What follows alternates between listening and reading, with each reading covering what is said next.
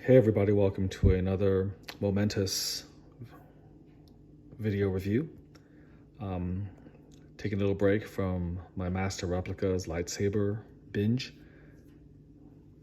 Sometimes a piece comes along where you do feel like you have to review it just immediately because the excitement is so fresh and you're just so happy to get it. This is one of those times. Sometimes you get a really, really cool piece and you actually hold off because there's just so much to say. You know it's going to be like a really long, detailed review, and you just kind of have to get up for it. It's a lot of talking, a lot of just thoughts, and so for that you kind of have to back off just a little bit. You have to be in the right mood to be able to do it. So that's what I was doing with the J&D Studios Dark Knight Duel, because that thing is just, it's massive and there's just so much to go into. So I wanted to take my time. But this piece, even though I think I have the feeling it's going to be a pretty long review, is something that, it's just so cool. I just got it in today. I had to just put it up. So for those of you who follow my channel, have like many, many interests. Some of them which you haven't even seen, I haven't even made a single video on. But in general, you'll know that I have Predator statues.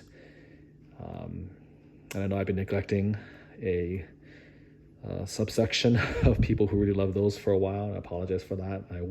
I promise you, get back to putting some really, really nice ones on. And I think it'll be worth the wait. And of course, I like statues in general, and more recently, J&D Studios hyper realistic statues. And I've been also trying to put on a lot more Walt Disney Classics collection porcelain statues. A lot of that I do because these are just really amazing works of art. The line was produced for 20 years, from 1992 to 2012. They really made some stunning,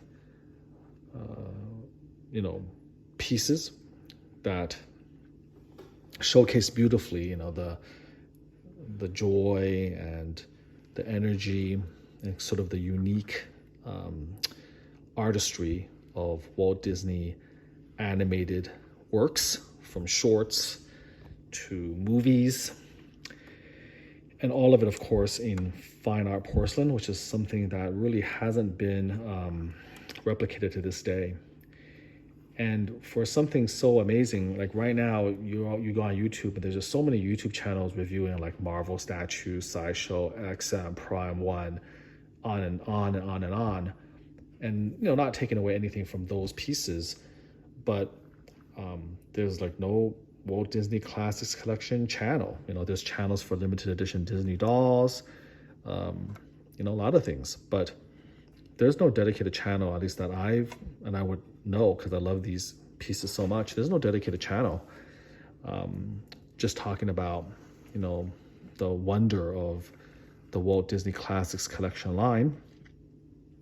And there are people out there who have the ability to do it. There are people who have every single piece in the collection, or almost every single piece, but we don't have that Venn diagram where those people are also in the other circle who like to do YouTube reviews or YouTube videos. And unfortunately, I guess I'm the best we've got right now. Somebody who doesn't make particularly very good YouTube videos. Definitely far from a pro, and someone who's far from owning even a small percentage of the entire line. But what I do have, I love, and I try to put it on YouTube whenever I can now, because I feel like it's not like necessarily an obligation, but I feel like it's almost my contribution, where these pieces deserve to not just have static photos and static pictures on the internet or from old, defunct, out of business, like online shops, but they deserve to be talked about. They deserve to be rotated like I have, to get close-ups, to have some history. They deserve all of those things. And so that's why, I make them now a lot more than I used to. So what do we have here? Well, let's take a look at the certificate of authenticity. So this is from Mickey's Christmas Carol. And the title of this piece is, quote unquote, "Tonight you will be visited by three spirits." And it stars Scrooge McDuck as Ebenezer Scrooge and Goofy as Jacob Marley. It's from Disney's Christmas Carol. It's sculpted by the great Ruben Procopio. And they only made 750 of these. It's a limited edition. And this is number 343. So this is the certificate of authenticity. Still sealed, as you can see. Signed by Dave Smith, the archives director of the Walt Disney Company, and Dave Pacheco, the creative director of the Walt Disney Classics Collection. I'm going to put that aside. There's a cute little brochure that comes with it, and you can see through this brochure some of the other pieces at the time. Here's a nice little message from Pacheco all the way back then. And then these are the pieces that, were available. Some lovely ones for sure. You see these from Beauty and the Beast, which are quite the collection. And then some the Pixar page from Toy Story and Nemo, The Incredibles. And then some of the classics. So again, these are just kind of examples of the vast collection. There were over 1,000 pieces done, depending on how you count them, over those 20 years.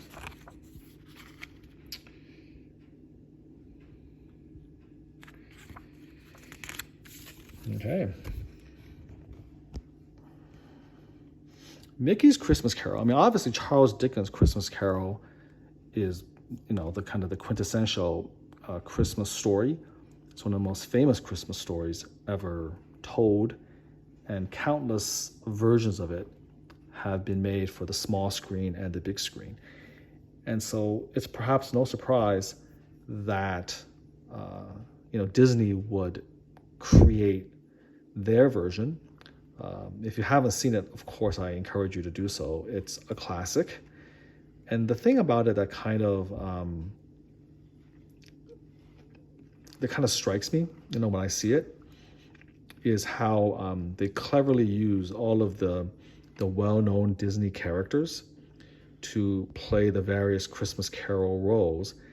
And it's done so ingeniously, right? Like it fits so well. And yet they all play it really, really straight, This is not like a weird, too weird Disney-fied version of Christmas Carol. Of course, there's going to be, little shtick, little tiny gags here or there that remind you, of Disney's history. But by and large, and I think that they kind of, did the story. They did the story proud, right? They didn't kind of degenerate it. They played it pretty straight. And so when the Walt Disney Classics Collection decided to do that scene, to do that movie, and create pieces from it, there was quite a bit of excitement. There's a lot of fans of Mickey's Christmas Carol out there. And the pieces from this movie represent some of the nicest and most desirable of the entire collection. I've said in previous videos that we have tiers of Walt Disney Classics Collection, quality. And the top tier is the signature edition. And then we have the Disneyana exclusives. We have the Gold Circle. And then we have the limited numbered ones, the ones where they didn't just keep it open forever. And so usually when you're looking for, particular examples of, exceptional ambition and quality. Those are the higher tiers are the ones where you're going to see this. But occasionally, you will have exceptions. This is, of course, what you're seeing here is not a signature edition. It's not a gold circle. It is limited to 750. But in many respects, this is one of the top pieces in the entire line and one of the most desirable. It's very, very hard, legitimately very, very hard to get. It comes up on eBay so rarely as to be like, I've been searching off and on for about a year, and I must have just missed one because supposedly one of these was on eBay about a year ago, but I didn't see it. And I've been searching for at least a year, and I've never seen it myself. I've never seen it sold out into the Facebook groups. And so, it truly is very, very sought after. More rare, more sought after than a lot of pieces with a lower limited edition size. And how I got this was just through sheer luck. I looked by myself for quite a while, and I just figured, just give it a try. And so I basically took a little picture from the Duckman website, and I just threw it on one of the Facebook Walt Disney Classics Collection buy and sell pages, a group. And then, I got one person who knew somebody who might want to sell. So you can imagine that didn't fill me with a lot of confidence. The price was very nebulous. And, the initial price that was talked about was just a little bit too high for my comfort level. And then later on, another seller reached out to me, and that was, to my surprise, way more successful. And so we closed the deal, and it was done. So to begin with, this is an extraordinarily heavy sculpture. Porcelain pieces can be very heavy, and especially in pieces like this that's so large and detailed, they're heavy. So this is very, very heavy, actually. That's the first thing to note. The second is that, the chains here and the little piggy bank right there actually has some movement to it. So for instance, this stuff here is all able to move. It's actually fixed in certain places. It's fixed, for instance, at the shoulder, so you can't really move it here. But everywhere else, it's definitely, movable. I think over here, you can move it a little bit, and then down here. So that's wonderful. It's part of the mixed media of this piece that makes it so unique. But you can imagine it then introduces the risk of actually rubbing and scratching Goofy underneath. So the original, shipping from this is many, many years old, over a decade old. The original packaging, which is something that's very unique, not unique, but it's an old Disney Classics Collection trick, is that they put the base in a sunken sort of, in a kind of a styrofoam. It could be styrofoam, it could be cardboard, but it usually has like a sunken area, and then they lock the base in a position so that the sculpture simply cannot move. And then they will put blocks of styrofoam to wedge it in place, so it has no give at all. And at that point, the hope is that when it gets shipped, nothing else touches any of the internal delicate features, so that none of that breaks. But I'm sure that the initial in the initial shipping from Thailand, for instance, that somehow these chains must have done, something must have been done to keep these chains essentially immobile, so it doesn't go back and forth, and you scratch the underlying, porcelain. So when this was done, the seller actually, recreated the original packaging, but because the little piggy bank is completely mobile, because the chains were mobile all the way around, she actually painstakingly put tissue paper that was then closed with layers of tape, Scotch tape, underneath every single area where the chain would be touching the body. So that's like an absolutely stunning level of work and detail to have done that. And when I got it, I took a long time to slowly cut through with a very sharp scissor, almost like a little micro scissor, to slowly get rid of all of that tissue paper. And of course, the pig was also wrapped in the tissue paper as well, to prevent it from snapping off.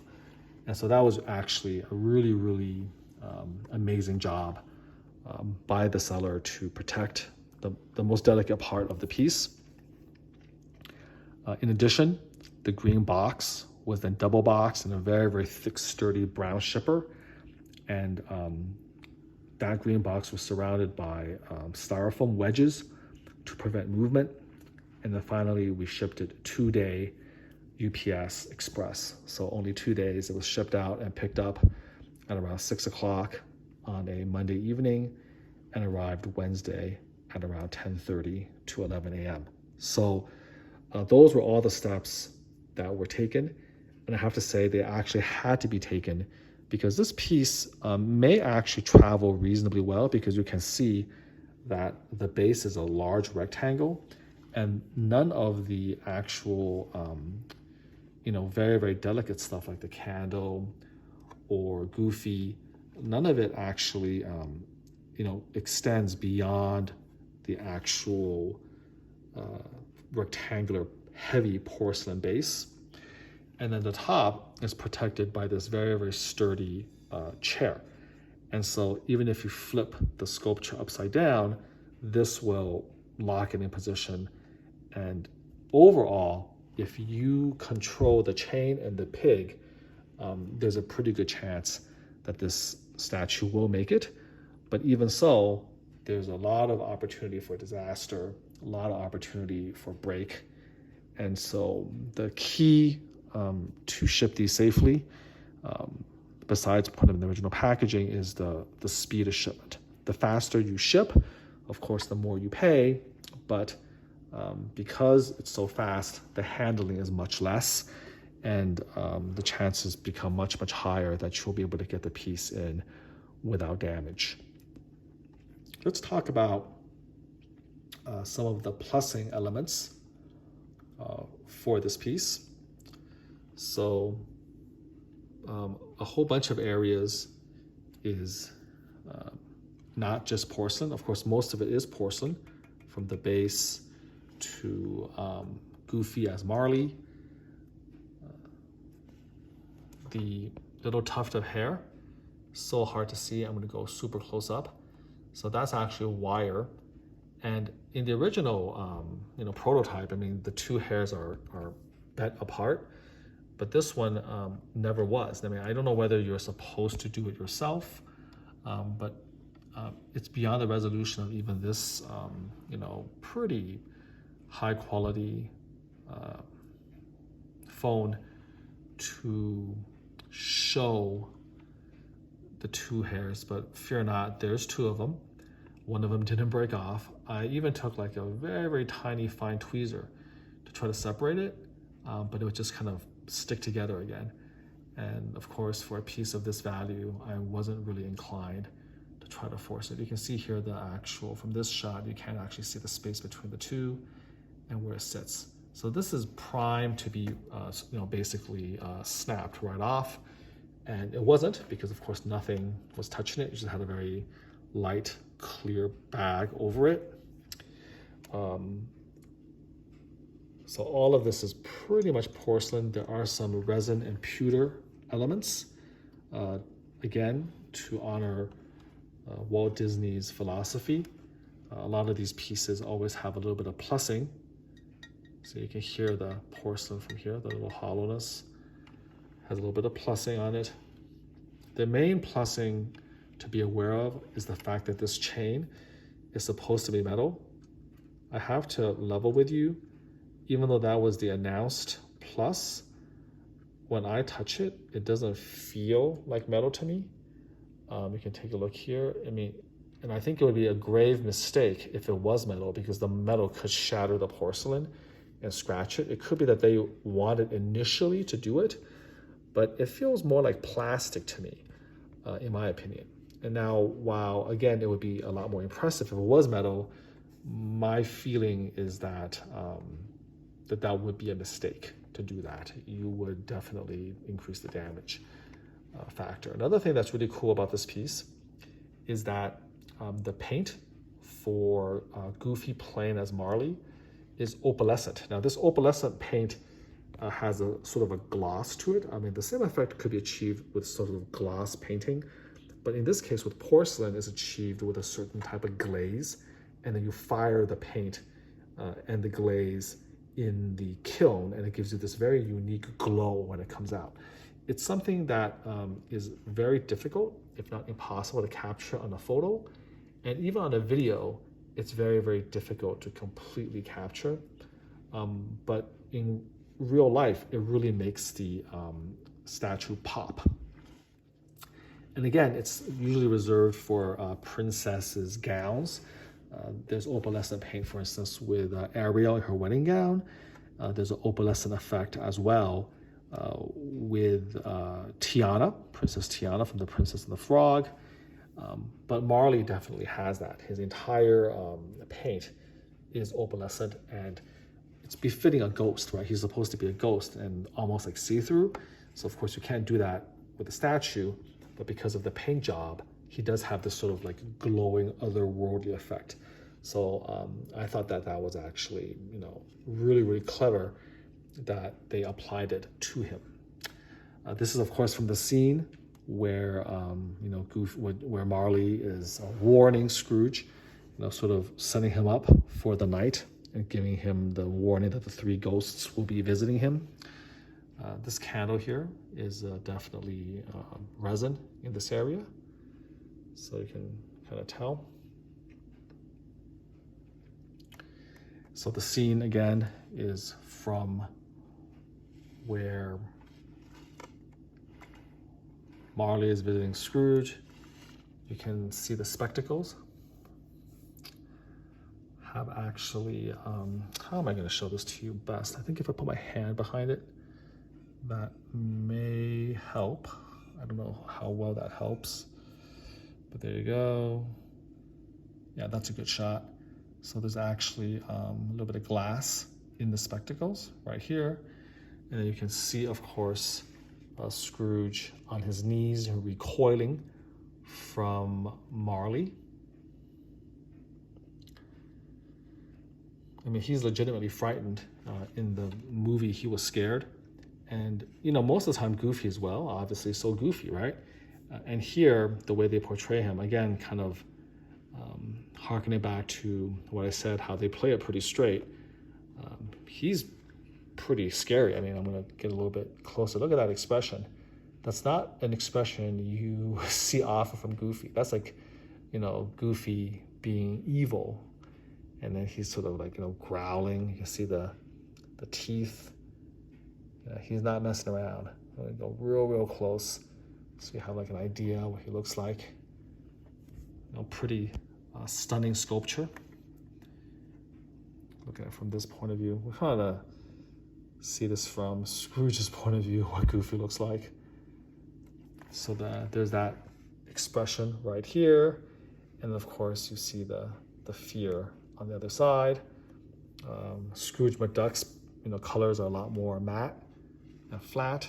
He's got his green hat, the nice blue overcoat that he's wearing, and then a beautiful job sculpting the big sofa that he's on. You have the carpet purple tinge, and of course the cold, the cold wooden floor.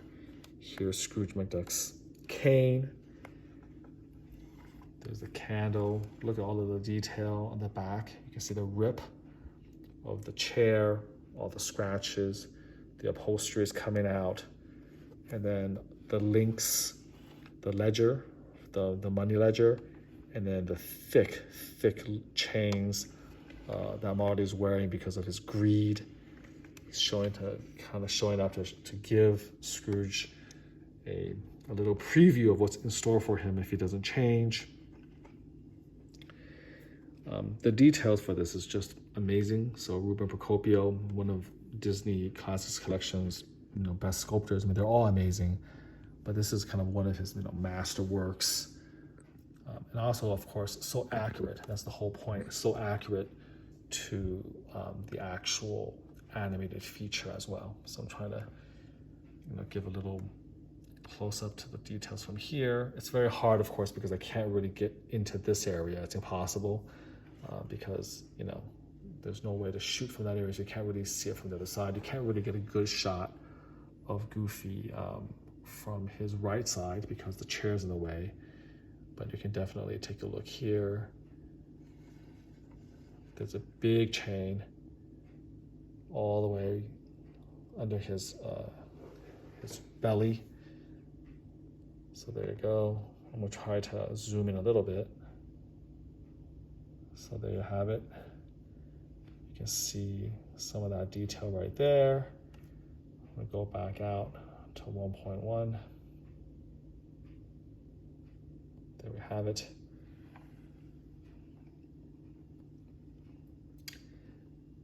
And then we're going to turn it around again. So it's one of the most remarkable pieces, a very, very heavy piece.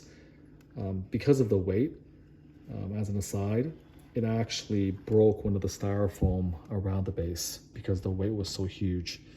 So, near the end of the line, Disney definitely didn't spend quite as much as they should, in my opinion, on protecting the pieces. A very, very heavy and impressive piece.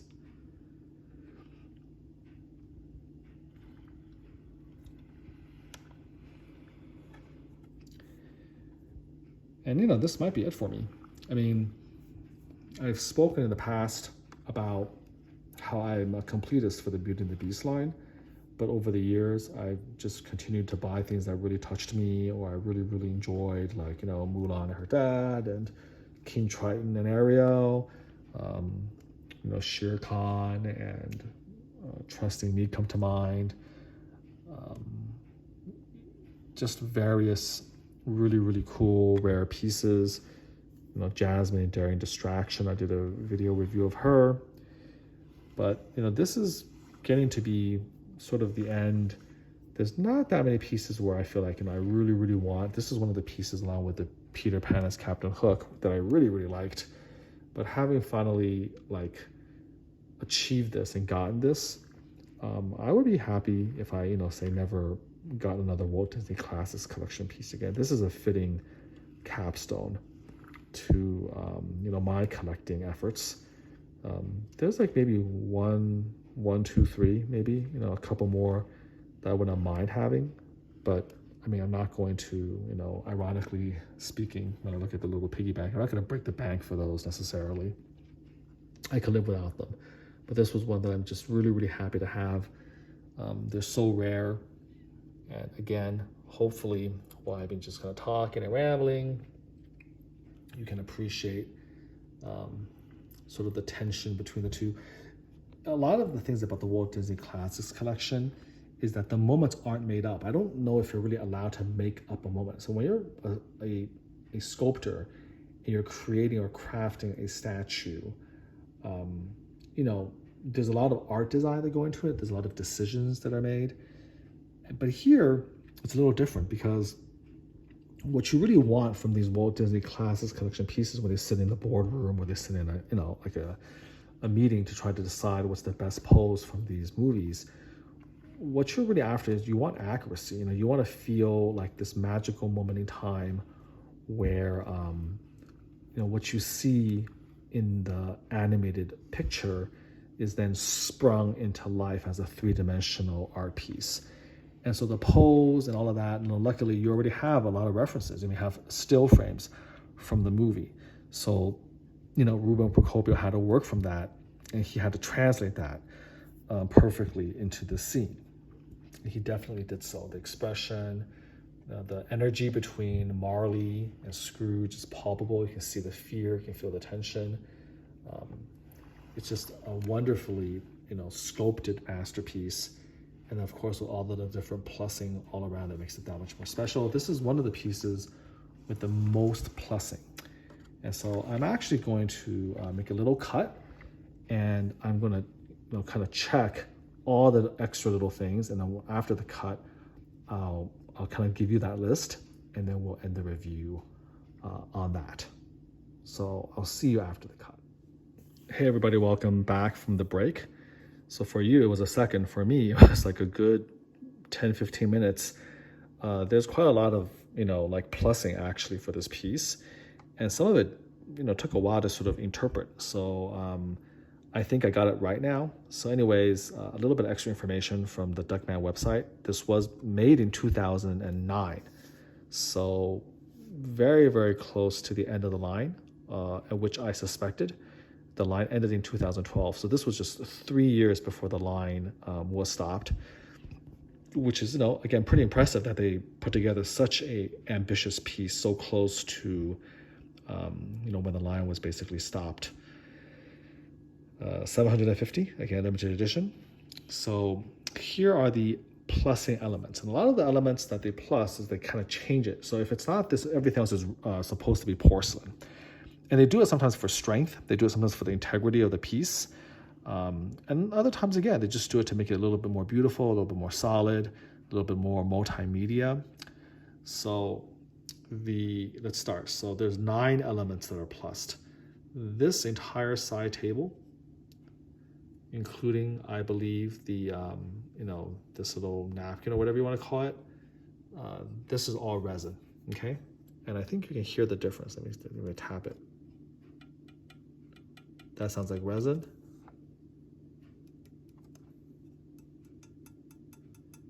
That's like porcelain. See that? So this is resin, all of that. I'm pretty sure the candle is resin as well. Yeah, so this entire thing is resin. So that's element number 1. That's not porcelain. The handle of the candlestick holder, this piece right here, this is pewter. That's the second plussing element. The frame of Scrooge McDuck's glasses is also made of pewter. That's the third. Goofy's ears, right here, on both sides, those ears, as well as his wrists. You can see the wrist right here. Those are actually not porcelain. Those are actually pewter. Okay, you can see the right wrist in the distance, the left wrist in front of us. So that's the fourth element. The key right over here is also pewter. That's the fifth element, okay?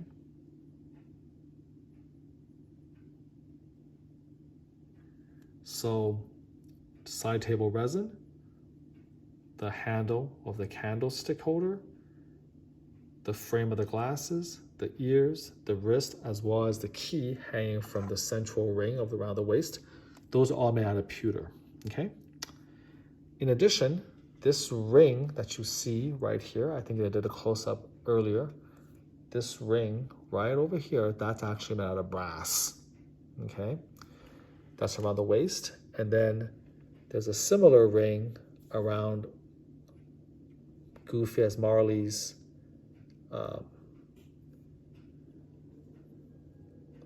right ankle. So this is porcelain, but there's a ring actually attached to the porcelain.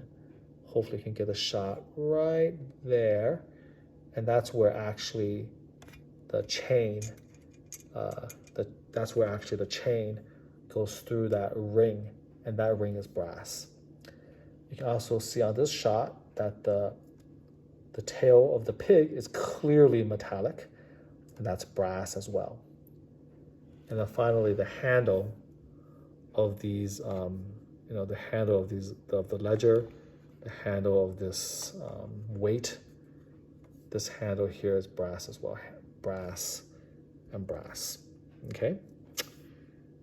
And then the chain itself is supposed to be metal, although again, I feel like it feels more like plastic to me.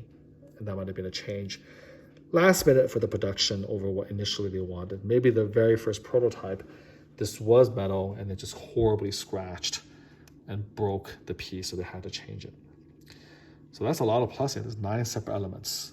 1, 2, 3, 4, 5, 6, 7, 8. Am I missing one?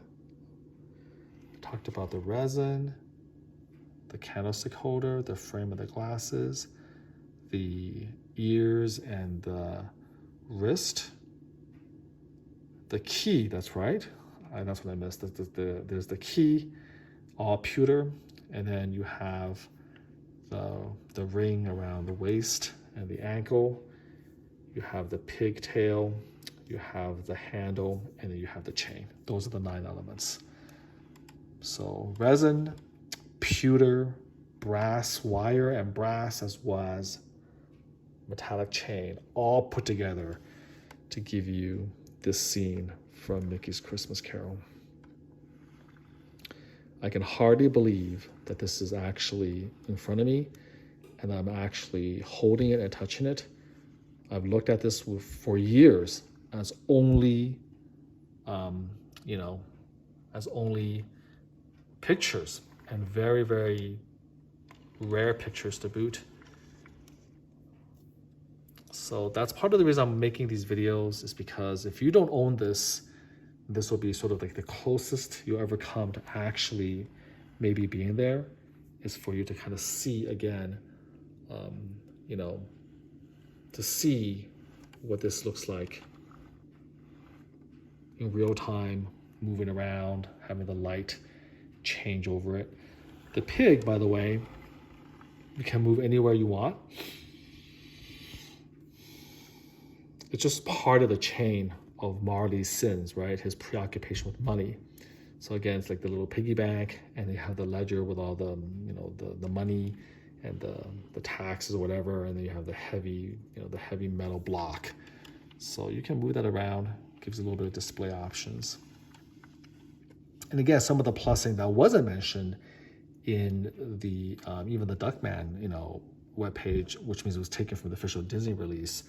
They don't mention the opalescent paint, which 100% you can tell, is there, especially in contrast to Scrooge McDuck. And they don't talk about, Goofy's hair, which in my mind, obviously, I touched it. It's not porcelain, of course. It's a wire of some kind, sunk into the porcelain of his head.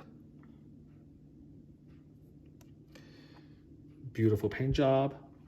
It's a paint that you can only get essentially from kiln firing it in a kiln. So there you have it. This is right here. A rather awkward title, but yeah, tonight you'll be visited by 3 spirits. The way Disney does it, they'll give you the name of the scene, and then they will give you, it's kind of cute, it's almost like they're on stage or something, so they'll give you the name of the Disney character and then the character they're playing. So this is, Scrooge McDuck as Ebenezer Scrooge, and then Goofy as Jacob Marley. So over the moon that I got this. I hope you enjoy this really, really detailed review as I kind of, go in and out and show lovingly every little detail of this piece. And again, hopefully you can appreciate the artistry of that. Put this aside. It just looks better not having paperwork around it. Turn Turn it around one more time. Get close.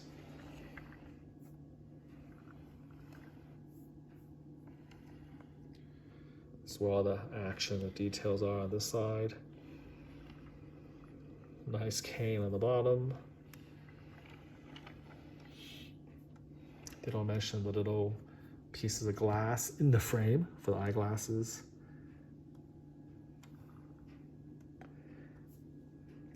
Very good. So until next time, do take care.